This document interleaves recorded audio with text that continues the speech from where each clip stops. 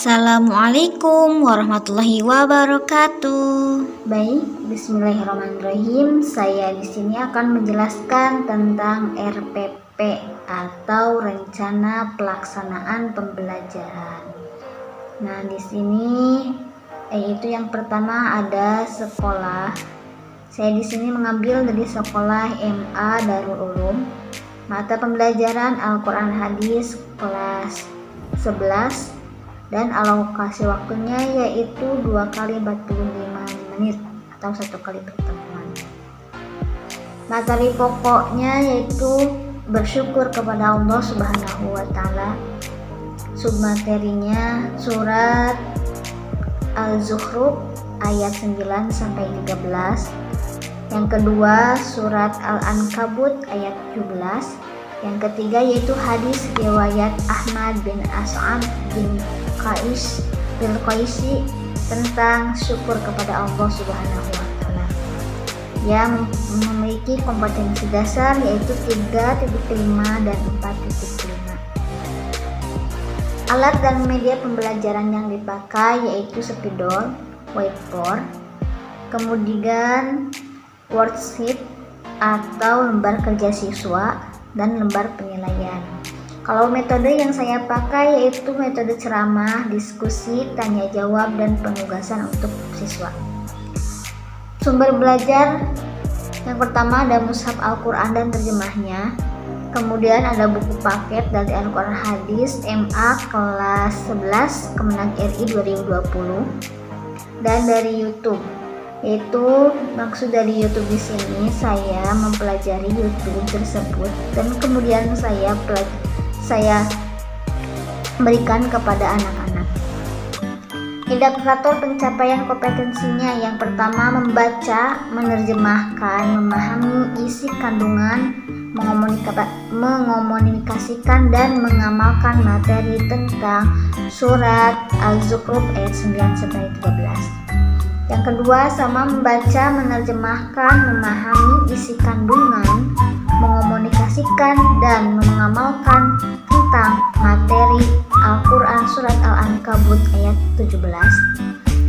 Yang ketiga yaitu membaca, menerjemahkan, memahami isi kandungan, mengomunikasikan dan mengamalkan materi tentang hadis riwayat Ahmad tentang syukur kepada Allah Subhanahu wa Ta'ala. Adapun tujuan pembelajarannya yang pertama, peserta didik dapat mendemonstrasikan hafalan dari surat Al-Zukhruf dan dari surat Al-Zukhruf dan surat Al-Ankabut dan hadis riwayat Ahmad tentang syukur kepada Allah Subhanahu wa Ta'ala.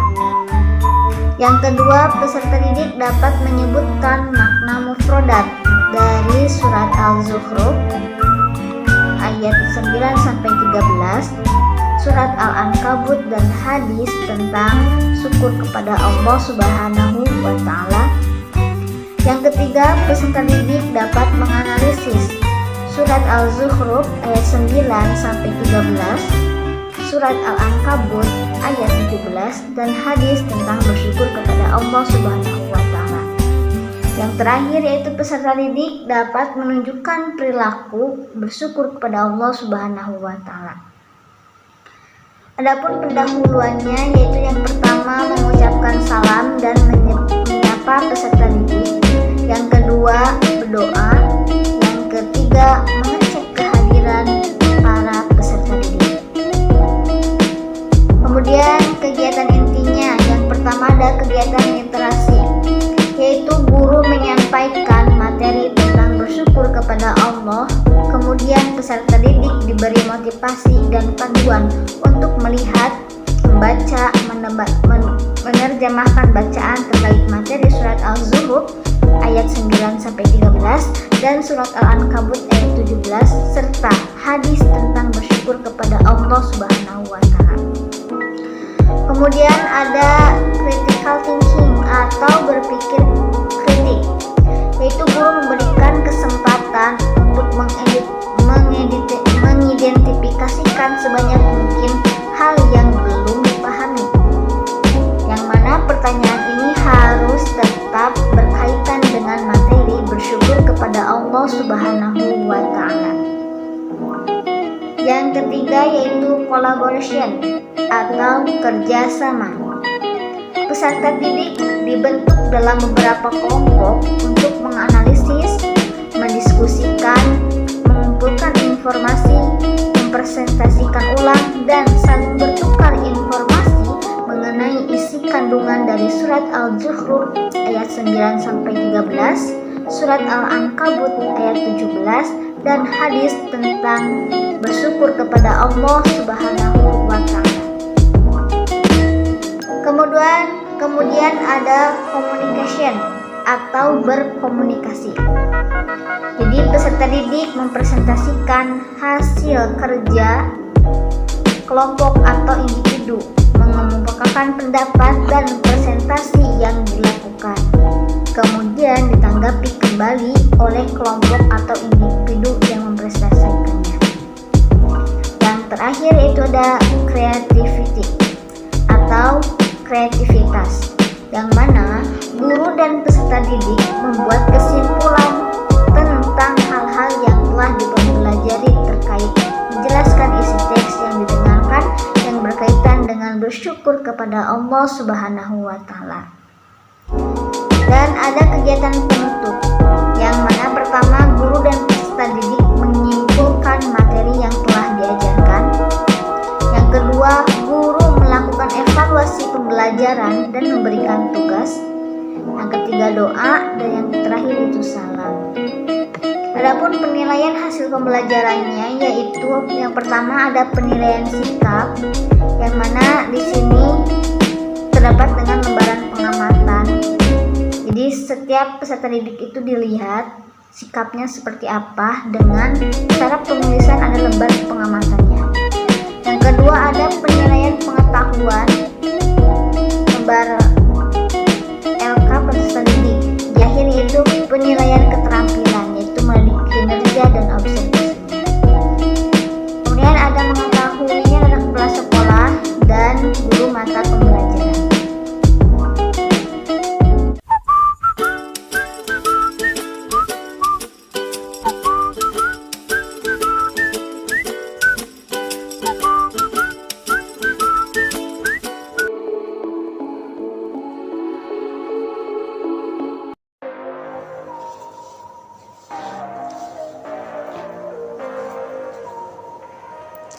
Assalamualaikum warahmatullahi wabarakatuh. Bagaimana kabarnya semuanya? Alhamdulillah jika semuanya pada sehat. Oke, sebelumnya ayo kita bacakan dulu doanya sebelum kita belajar ya, supaya pembelajaran hari ini lancar dan dapat membawa ilmu yang bermanfaat. Silakan untuk biasa KM-nya dipimpin untuk doa.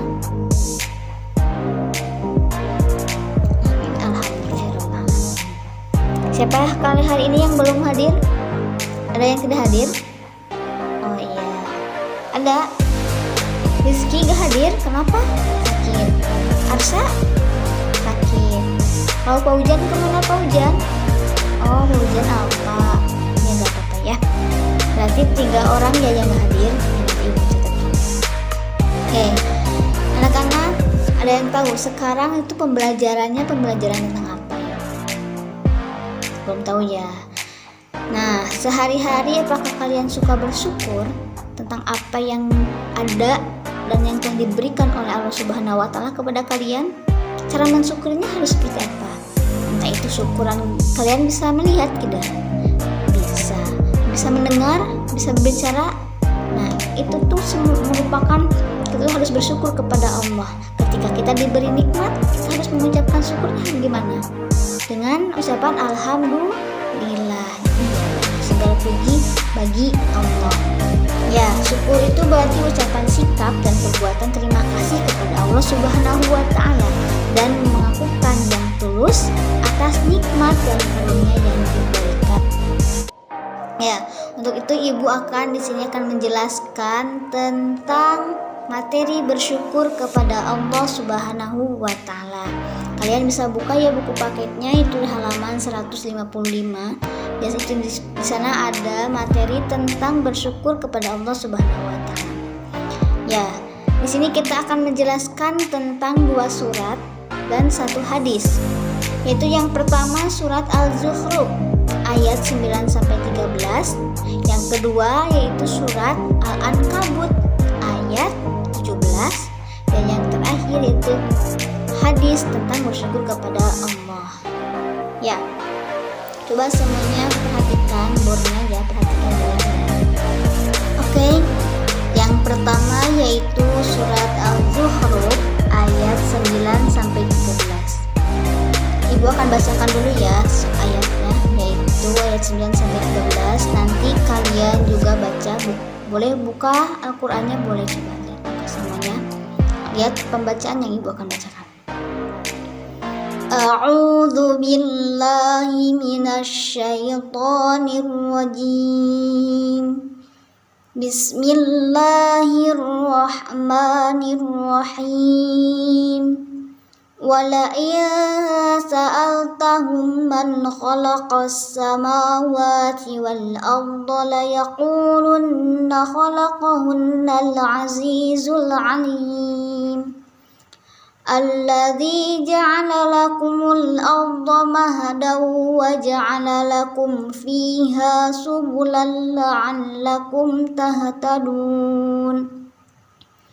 Walladzi nazzala minas samaa'i ma'an biqadarin fa'ansyarna bihi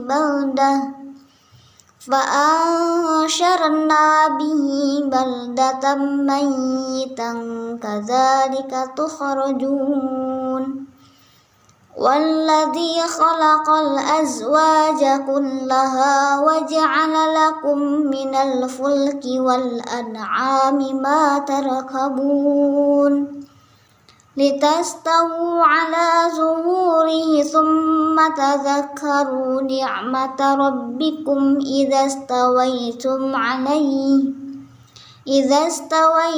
alaihi wa taqulu subhanalladzi sakhkhara lana hadza wa ma kunna lahu muqarrinin.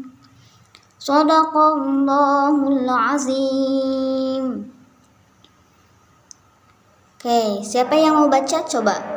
Sebelum Ibu menjelaskan isi kandungan dari surat ini. Yuk. Silakan. Oh ya, Farhan, silakan Farhan baca. Iya, terima kasih Farhan. Kemudian terjemahan dari surat Al-Ankabut ayat 9 sampai 13 ini. Yang pertama ayat 9 yaitu artinya, dan sungguh jika kamu tanyakan kepada mereka, siapakah yang menciptakan langit dan bumi?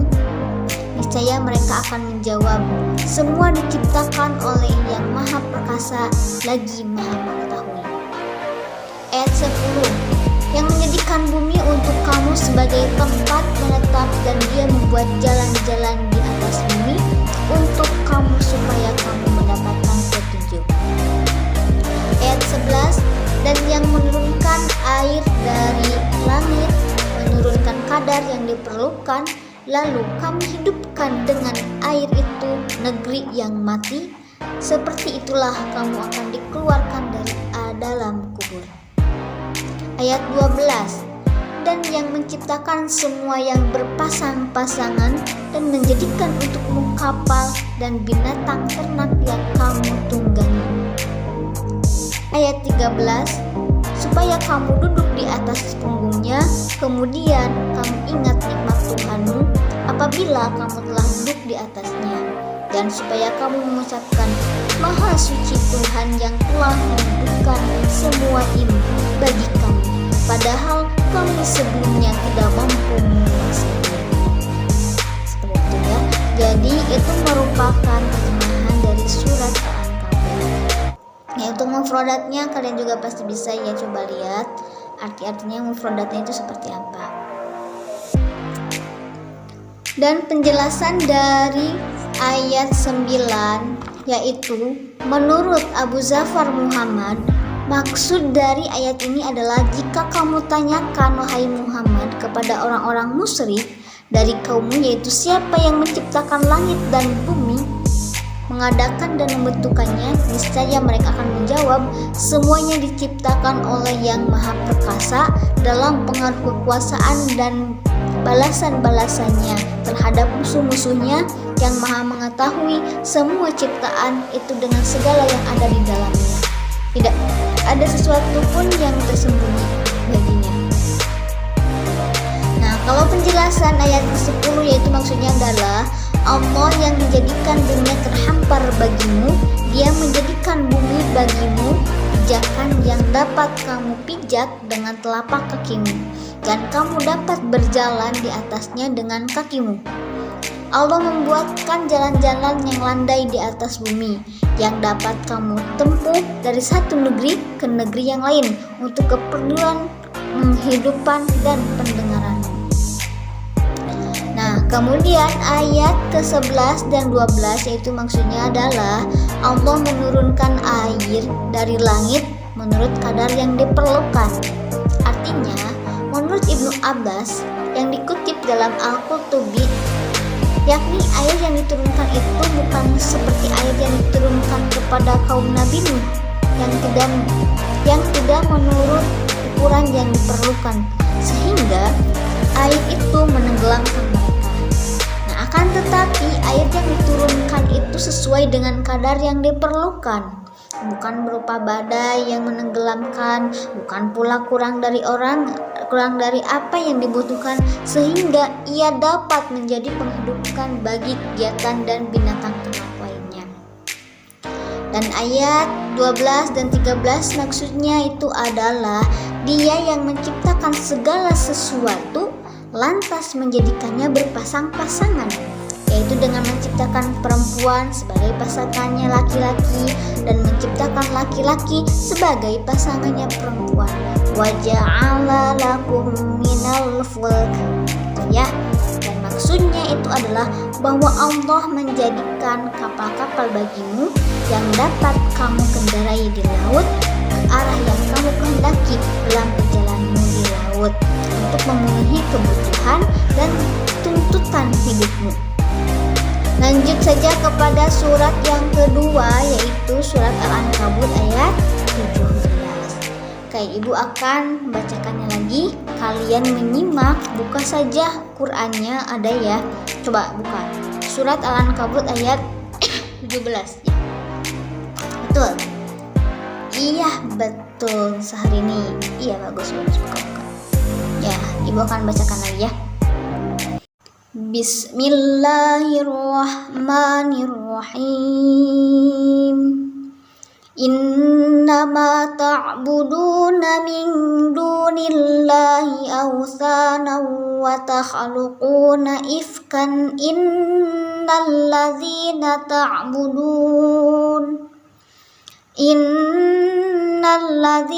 ta'buduna min dunillahi la yamlikuna lakum rizqan fabtaghu indallahir rizqa wa'buduhu washkuru lahu ilaihi turja'un. Shadaqallahul azim. Ayo, siapa yang mau baca? Seperti tadi ya, ada yang mau baca, silakan. Sekarang dari kaum perempuannya mana coba? Iya, Syahrini mau baca? Iya, silakan Syahrini baca. Iya, bagus. Kalian semua yang tadi baca, Ibu akan kasih bintang ya. Nanti di akhir kita akan kasih door prize. Bukan door prize, apa itu namanya? Iya, reward gitu ya. Ibu arti dari surat Al-Ankabut, siapa yang mau baca? Ya, boleh, Fatur. Ya, bagus. Nah, Ibu akan jelaskan ya. Maksud dari surat Al-Ankabut ayat surat ini adalah, yaitu sesungguhnya apa yang kalian sembah selain Allah itu adalah berhala-hala dan kalian membuat dusta. Kalian mengatakan kebohongan bahwa berhala itu adalah sekutu-sekutu Allah. Namun sesungguhnya yang kalian sembah selain Allah itu tidak mampu memberikan rezeki kepada kalian. Maksudnya yaitu mereka tidak akan mampu memberikan rezeki kepada kalian. Maka Maka mintalah rezeki di sisi Allah, yakni mintalah rezeki kepadanya dan sembahlah dia dan bersyukurlah kepadanya. Kepadanya lah kalian bisa kembali. Jadi surat itu menjelaskan dan menceritakan dari kisah Nabi Ibrahim yang tidak mau menyembah Allah. Bahkan mereka menyembah patung-patung buatan mereka sendiri. Dengan demikian Allah menjelaskan bahwa patung-patung atau yang lainnya yang mereka sembah selain dirinya tidak biasa, tidak boleh atau tidak berbuat apa-apa, apalagi memberi rezeki untuk hidupnya. Hanya dari sisi Allah lah rezeki itu didapat. Oleh karena itu seharusnya mereka hanya menyembah Allah dan bersyukur kepadanya, sebab mereka pun akan dikembalikan kepadanya. Jadi dari soal Ankabut ini menjelaskan bahwa kita itu tidak boleh menyembah kepada selain Allah. Jadi kita harus menyembah kepada Allah, jangan menyembah kepada berhala, apalagi kepada barang-barang antik ya, seperti berhala itu tidak boleh. Jadi tetap kalian itu harus menyembahnya kepada Allah. Ucapkanlah syukur ketika kita mendapatkan rezeki, menjalankan musibah, tetap kita itu harus bersyukur kepada Allah. Jangan ucapan apa? Alhamdulillah, segala puji bagi Allah. Nah seperti itu ya, bisa semuanya suka bersyukur, suka harus mengucapkan alhamdulillah. Oke, yang terakhir yaitu hadis tentang nikmat Allah dan cara mensyukurinya. Yaitu coba kalian ya dengarkan ibu. Boleh dibuka buku paketnya nih. Ya. An Abi Hurairah qala Rasulullah sallallahu alaihi wasallam, "Unzuru ila man asfala minkum wa la tanzuru ila man huwa fawqakum, fa huwa ajdaru an la tazdaru ni'matallahi 'alaikum." Nah, terjemah dari hadis tersebut yaitu dari Abu Hurairah radhiyallahu anhu, Rasulullah sallallahu alaihi wasallam bersabda, "Lihatlah kepada orang yang lebih rendah daripada kamu, dan janganlah kamu melihat orang yang di atasmu, maka hal itu lebih baik untuk tidak meremehkan nikmat Allah atasmu."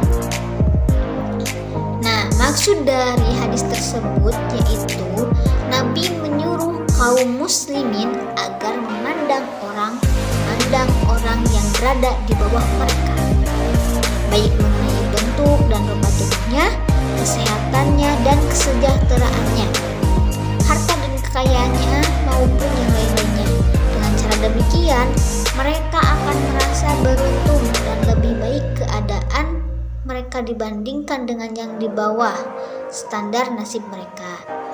Sebaiknya Nabi Muhammad SAW melarang kaum muslimin memandang orang yang di atas mereka.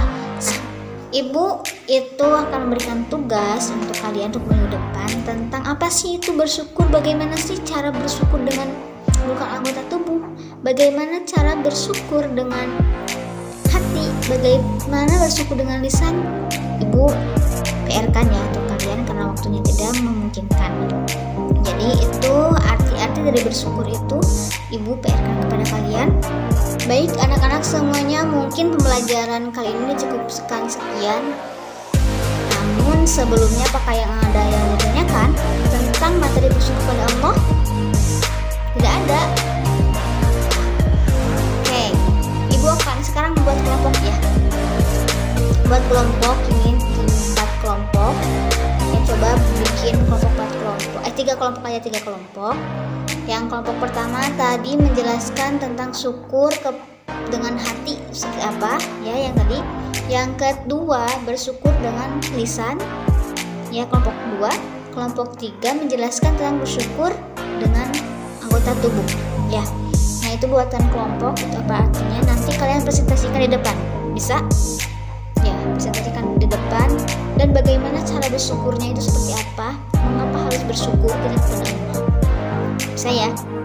Itu untuk tugas minggu depan. Yuk kita simpulkan materi hari ini. Ada yang bisa menyimpulkan apa bersyukur itu? Tidak ada. Oke, baik. Ibu akan menyimpulkan semua materi ini, yaitu bersyukur. Bersyukur itu berarti kita mensyukuri apa yang diberikan oleh Allah Subhanahu wa Ta'ala kepada kita dengan kekuatan iman dan meyakini bahwa segala sesuatu tidak ada yang sia-sia. Kita dapat mensyukuri nikmat dengan cara berzikir. Dengan lisan kita dapat mengucapkan Alhamdulillahirrabbilalamin. Dengan hati yaitu meyakini bahwa segala bentuk nikmat dan berkah datangnya semata hanya dari Allah Subhanahu wa Ta'ala. Dan kita dapat mensyukuri nikmat Allah Subhanahu wa Ta'ala dengan perbuatan kita, dengan melaksanakan segala perintah dan menjauhi segala larangannya. Nah, itu ya materi untuk hari ini. Hafalkan surat Al-Ankabut ayat 12, surat Al-Zukhruf ayat 9 dan sampai 13, dan hadis riwayat yang tadi saya tunggu. Bisa ya baca lagi kemudian hafalin. Kita minggu depan akan membahasnya kembali ketika kalian sudah hafal ya. Mungkin cukupkan sekian pelajaran hari ini. Ibu tutup dengan bacaan hamdalah bersama-sama. Alhamdulillahirabbil alamin. Kita baca doa kifaratul majelis ya. Subhanaka Allahumma wa bihamdika astaghfiruka wa atubu ilaik. Assalamualaikum warahmatullahi wabarakatuh.